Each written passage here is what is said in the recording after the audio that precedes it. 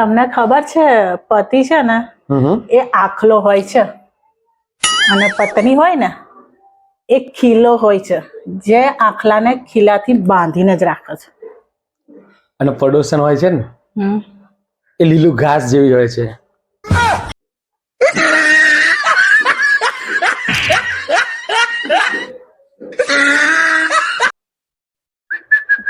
ઓય સાંભળો છો?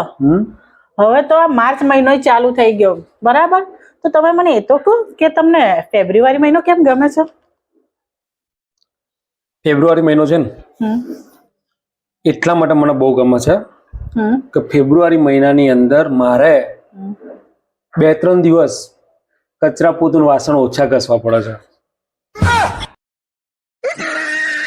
એક પતિ જ આ સમસ્યાને સમજી શકે.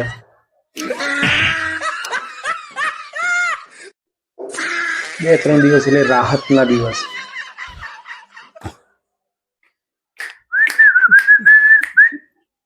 શું વાત છે, બહુ ખુશ છે આજ તો. કઈ ખાસ?